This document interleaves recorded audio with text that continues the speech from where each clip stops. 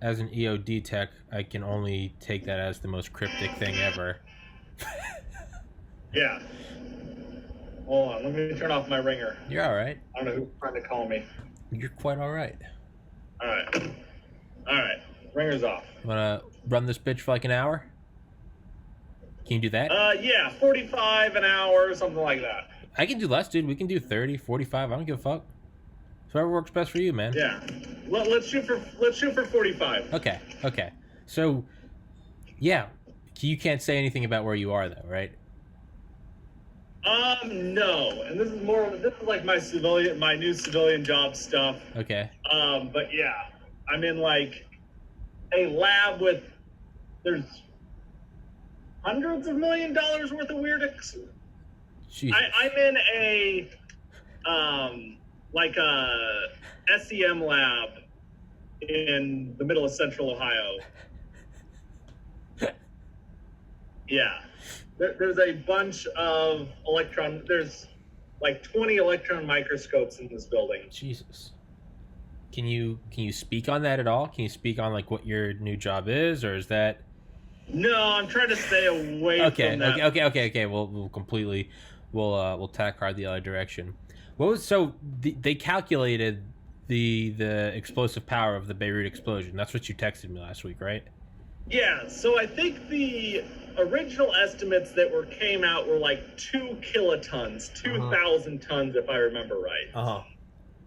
But the better calculation was more like 600 tons, which is about a quarter of what the original estimate was. Okay. Which probably makes sense. Yeah. And that's all TNT equivalent.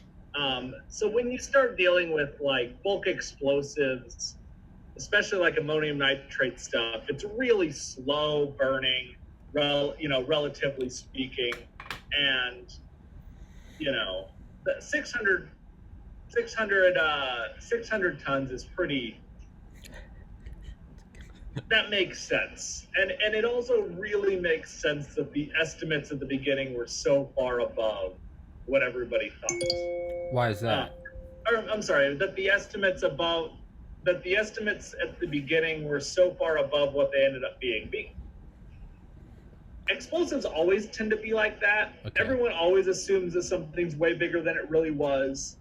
And they probably had a shipping manifest that told them how much ammonium nitrate was in that boat they confiscated. Mm-hmm. And they probably just did a straight mathematical, in the best case scenario, what would that ammonium nitrate be? Yeah.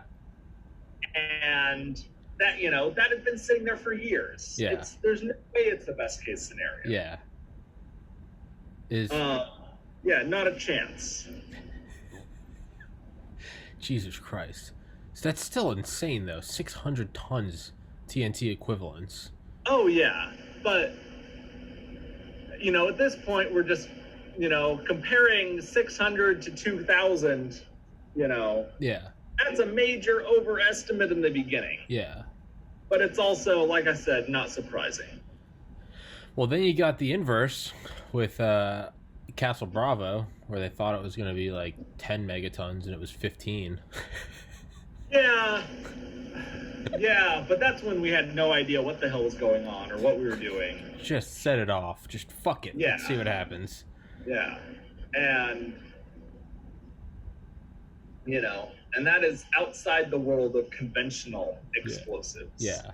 That's a different realm. I mean, that is the power of the gods. Yeah. That's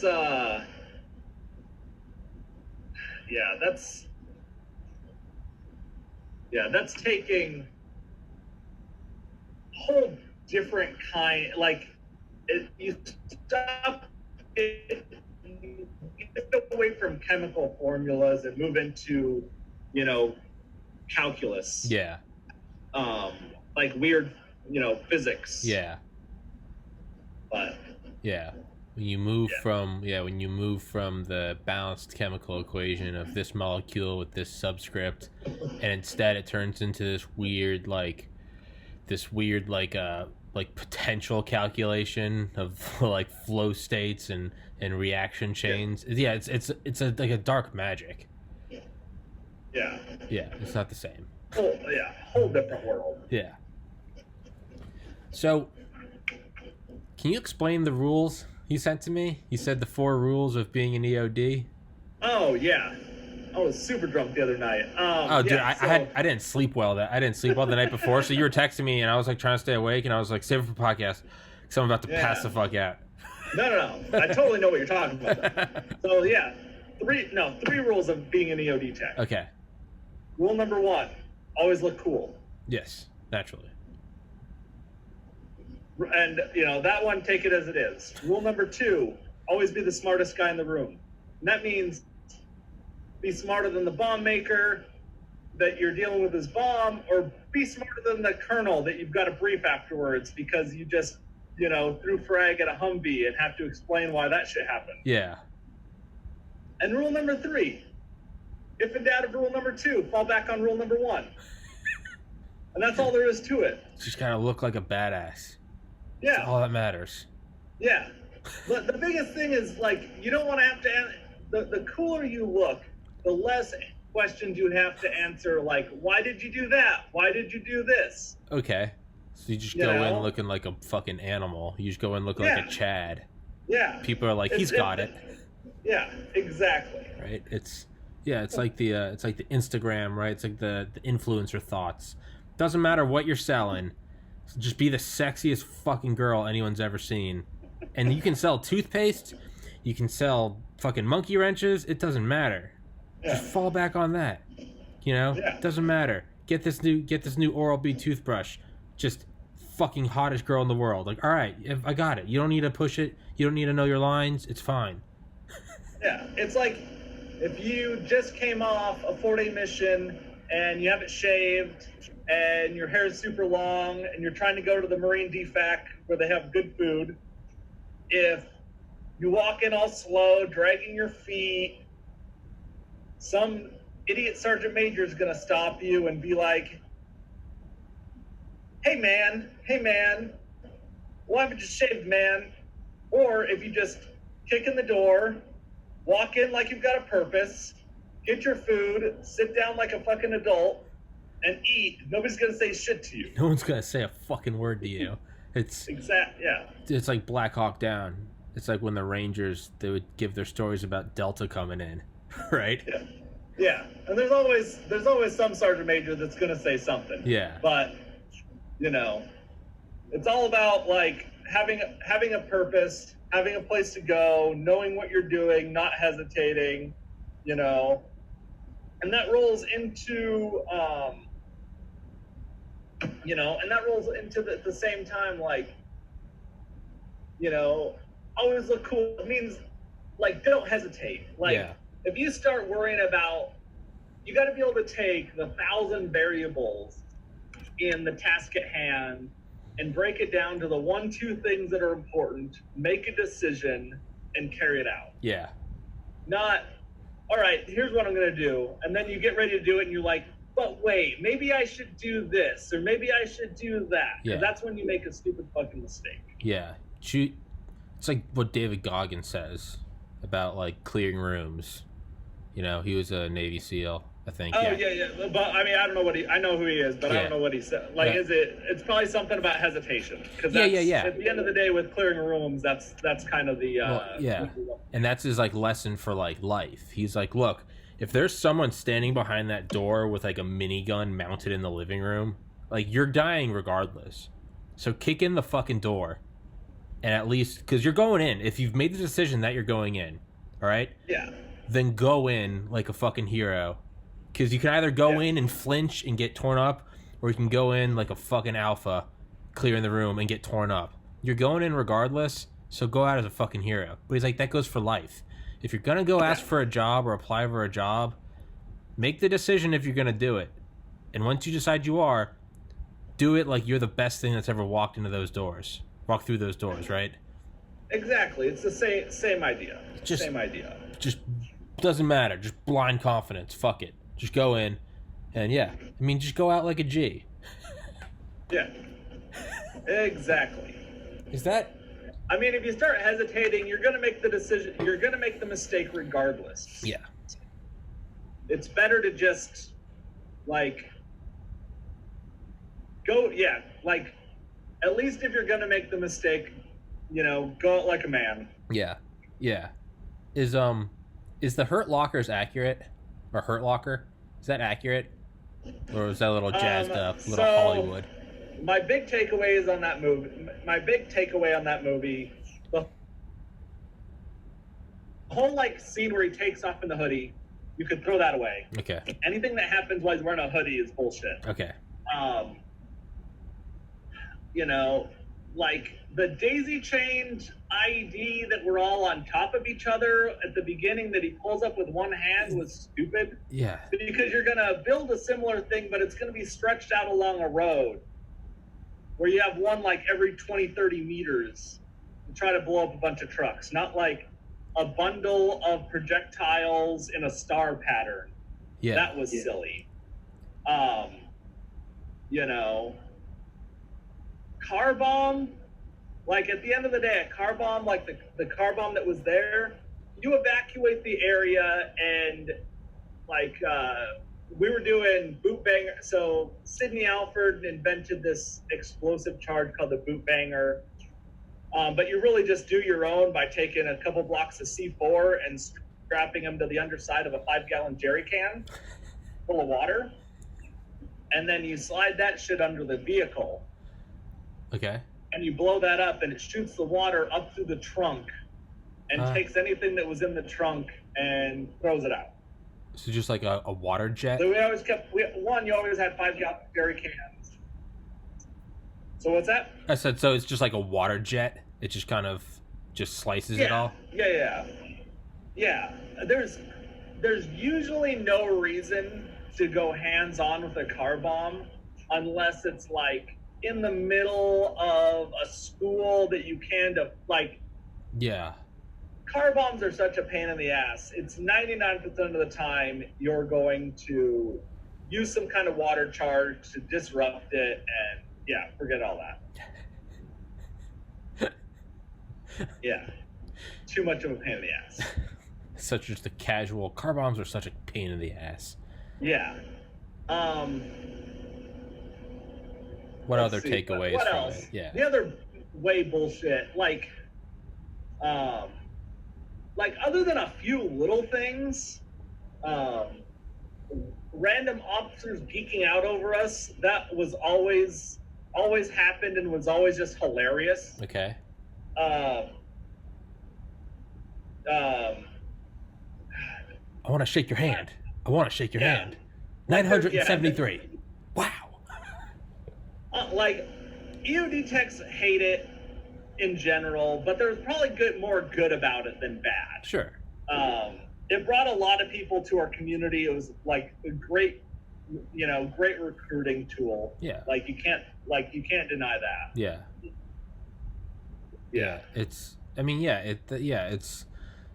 There are worse problems to have, right? It's like there are worse problems to have, right? It's exactly. I mean, I'm sure fucking Black Hawk Down got more people trying out. Well, I guess you have to be asked to try out for Delta, but you know, like Top Gun. Oh no, you don't.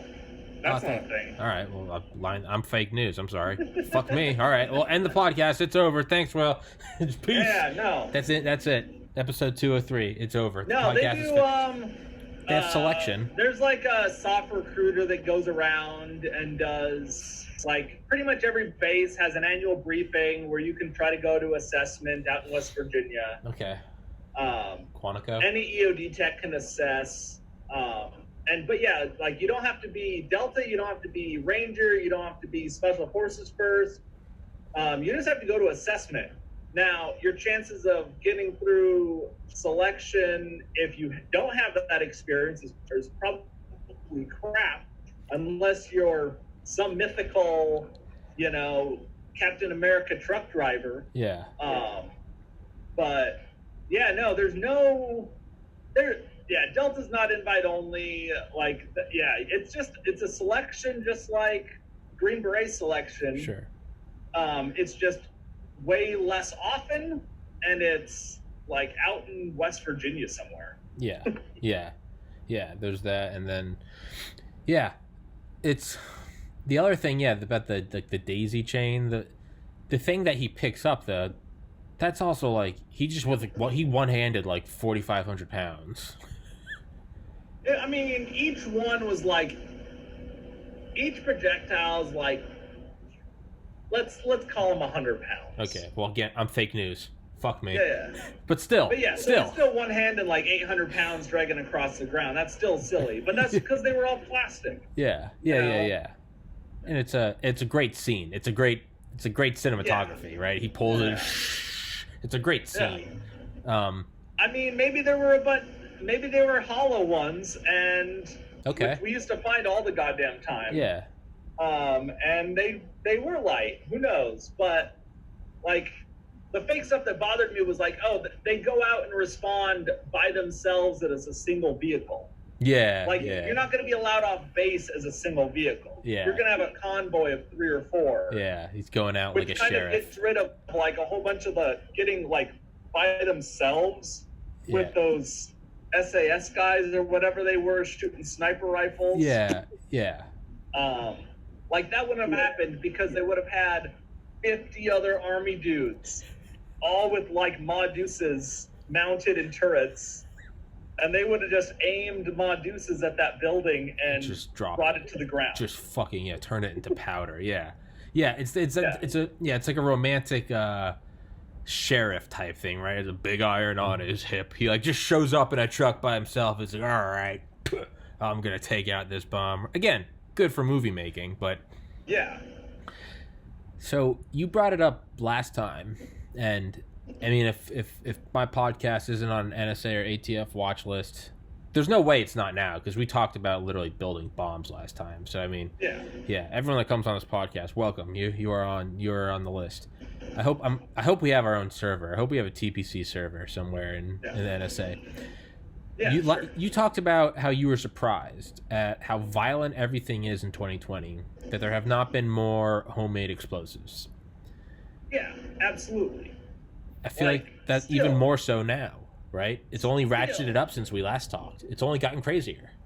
Yeah, it's only gotten crazier.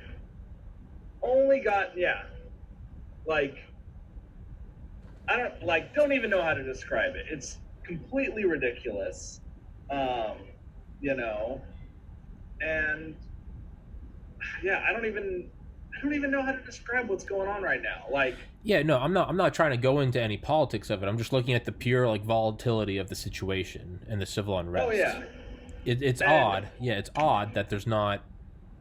I mean, and it's ratcheting up, right? It's they've Molotoved some cops last week. That was like a first. Not a van, like an actual, they threw it at cops. Why isn't there more explosion? Why aren't there more, IEDs, ambushes? I mean, I'm not condoning it. I'm not saying I want this. I'm just, from an objective viewpoint, it seems like there would be more. Why not? There's a lot of planning involved. Yeah. You know, I think it's a big step between filling a liquor bottle with gasoline and building a more planned out bomb with a trigger and things. And also, the people that do the bombs end up getting caught because more investigation goes into it. And, you know, that's just the way it's gonna be. You know, it's hard to that stuff is going to get caught. Yeah. Too many red flags, too many moving pieces. Yeah. Now, can you talk about your time at all in the what you did with the Secret Service? Yeah.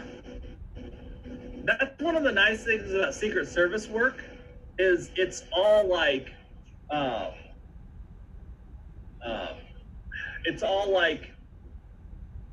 it's secret that you're gonna go do it, But once you've done it, there's not a lot you're not supposed that you can't really can't say. Yeah.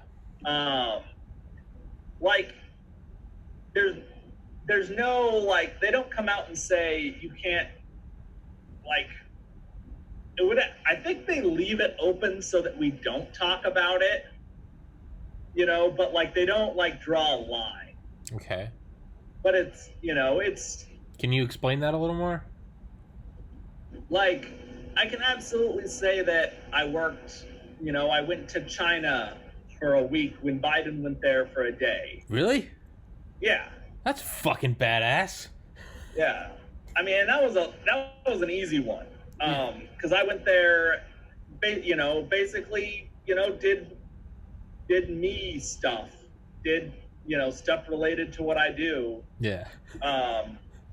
But I had to get there a few days before he did, so that, because they couldn't afford to not have us there when he got there. Yeah. So it just meant I got a bunch of free days in Beijing, just hanging out. Fucking chilling. Because my flights did get there on time. Yeah. But, from there, it's... Yeah, I don't know. Like from there, I did 10 days in Martha's Vineyard with the Biden or the Obamas. That's so cool. More speeches and little things that I can count. Yeah. But I wouldn't get into like a bunch like the security procedures. That were put into place. Yeah. Okay. Well, that's what I was going to ask you, but okay. Yeah. But most of the time it's me manning like a vehicle checkpoint and with a like paired up with a Secret Service dog handler. Yeah. Yeah. And just kind of, waiting for, something to come up. Yeah. Yeah. Now, when you said that they leave it open so you don't talk about it, does that mean like by not, signing your life away to secrecy, it's almost less sexy, so you're probably not going to spill the beans? It's like once you're 21, you don't really drink as much as when you're 18 because you're like, A little bit, yeah. Loosely. And then like we always... So, like, me and the other EOD guys I traveled with, one thing we always did was cover stories. Like, that's a thing in EOD. Like, really? Especially with all the Secret Service missions, we always we come up with them ourselves. And it's mostly a thing to do with the bar. Yeah. So, I did a month at Trump Tower with another guy and a bunch of other people. There's always a bunch of bomb guys at Trump Tower. Holy shit. And... Like we had a bar we picked out that we were going to one night a week or so, and by like halfway through, the bartenders knew us, and we had a cover story that we were consultants in the security field, because we want something that's kind of like believable, and fits like our personalities and the way we dress. Sure. And like we had this whole story about why we're in town, and one night. Secret Service guy in uniform, like a uniformed Secret Service guy, comes walking in with his dog, walks right up to us, and he's like, hands on back, how's it going, man? What's going on? You guys having fun? And the bartender's like, oh, how do you know these guys? And he's like, oh, they're the bomb guys. They're working with me over at Trump Tower. Jesus. And we're both like, dude, we had a cover story here. Oh yeah, these are the bomb guys. We're looking for the bomb on the corner of like what bomb? Like, Yeah. Jesus. Exactly. And it's like fucking walks in with the what dog. What was the point of that, man? Now was that guy just a fucking moron? That to us. Was that guy just a fucking moron, or did it not matter that much? He just didn't care. He just literally didn't care. He was unconcerned. I was in Manhattan. Like, sorry, you just broke up. We good? You cut out there for a minute. Yeah, you too. Yeah. Yeah, it's I was in Manhattan. You cut out there. I missed what you asked. Yeah, no, I said I was in Manhattan for a couple days, and I was near Trump Tower, and I saw they had all the dump trucks lined up around it, full of like concrete. Was that for like a car ramming it potentially?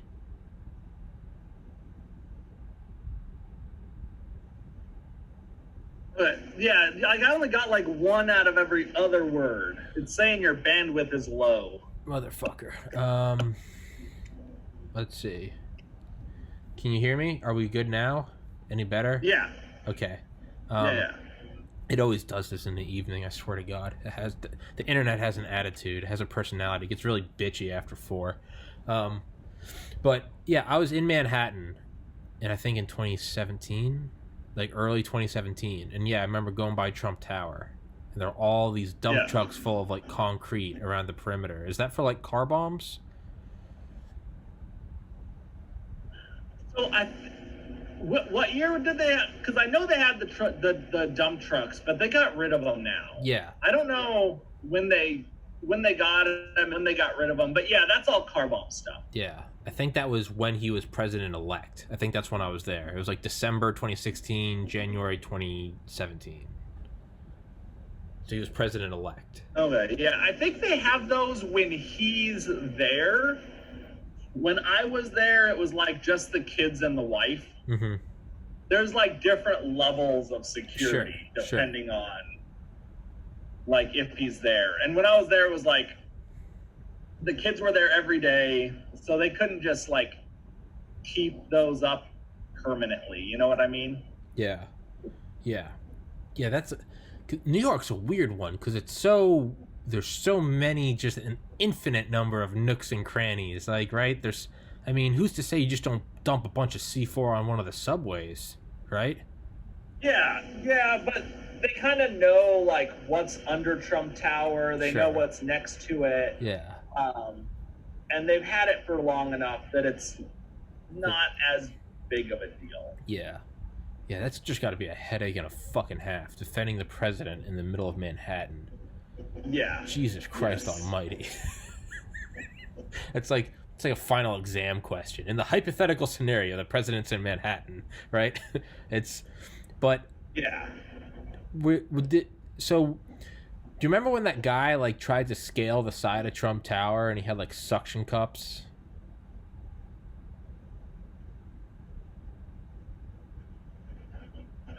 I'm losing you again. Scaled the side of Trump Tower? Yeah. He scaled the side of Trump Tower. I don't think I saw anything about that. That was, that was way back. That was 2016, 2017. But he got up like a couple floors, just like with like suction cups. He looked like a fucking Inspector Gadget character.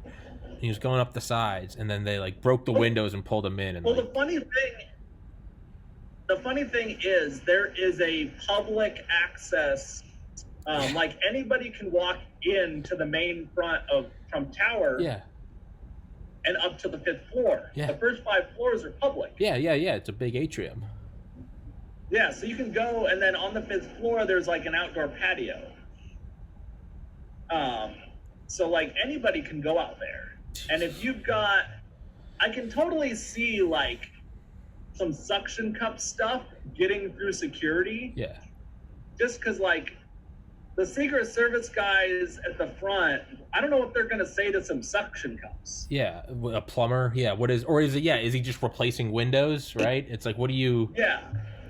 It's like, okay, I guess. Yeah, it's a skyscraper made of glass. They're probably going to be replacing windows from time to time, right? Yeah, exactly. Now, is there... I don't know how to word this. For something like a static... fixed presidential location like the White House, right, where it's not Trump is president, he's there, and then when he's not there, the security is not going to be there, or relatively, but like a fixed like presidential, like that is that is Olympus. Are there like chemical bomb sniffers that you just would start play? I've always wondered what the security is in DC itself when it's been there for hundreds of years. I feel like they've got to start kind of implementing security things like within the city, like streetlights, detectors. Like, do you think of that, or am I just going tinfoil hat moron? I've heard all kinds of stories particularly like radiation detectors. Yeah. All over the city. Yeah. But I've never actually seen it, and I've done work in the city. Yeah. But like, yeah, I can't speak to it beyond what, like, you know, what just random stuff I've read, and like trying to combine it with what probably makes sense. Yeah. Because I feel like if you've been there for that long, they're gonna slowly start. Because again, Trump Tower, you're only defending it for X number of years, versus the White House. It's like, I mean, Jesus, Truman had to renovate it because it was so old, like fucking Truman. So it's like, you got to start. You're there for so long. It's like, why don't we start kind of going on the offensive, if you will, right? Putting things in the city. It's, you know, I'm sure there's SAM sites. There's probably fucking Sea-Wiz, the fucking machine guns everywhere, right? Doesn't it seem like that'd be the case? Oh yeah, and that's the thing is to think about is it's got to already be the case. Like, so there's like the buses that are like there's these little trains under DC, under the mall, to get them from their office buildings to the Capitol building. Yeah. And that's been there forever. Yeah. So, and they've built on since then. And that was just something they were like, oh yeah, it's too dangerous to have all these, you know, elected leaders walking from building to building, walking across the mall. Yeah. So, you know, and that's something small they've done forever ago. They had to have added, you know, other stuff. Like, but I think the only way you're going to find out is if you put a bunch of radiation sources in a vehicle and drive around until somebody stops you. Tune in for episode 204 because I'm heading to DC. Got a trash can full of plutonium.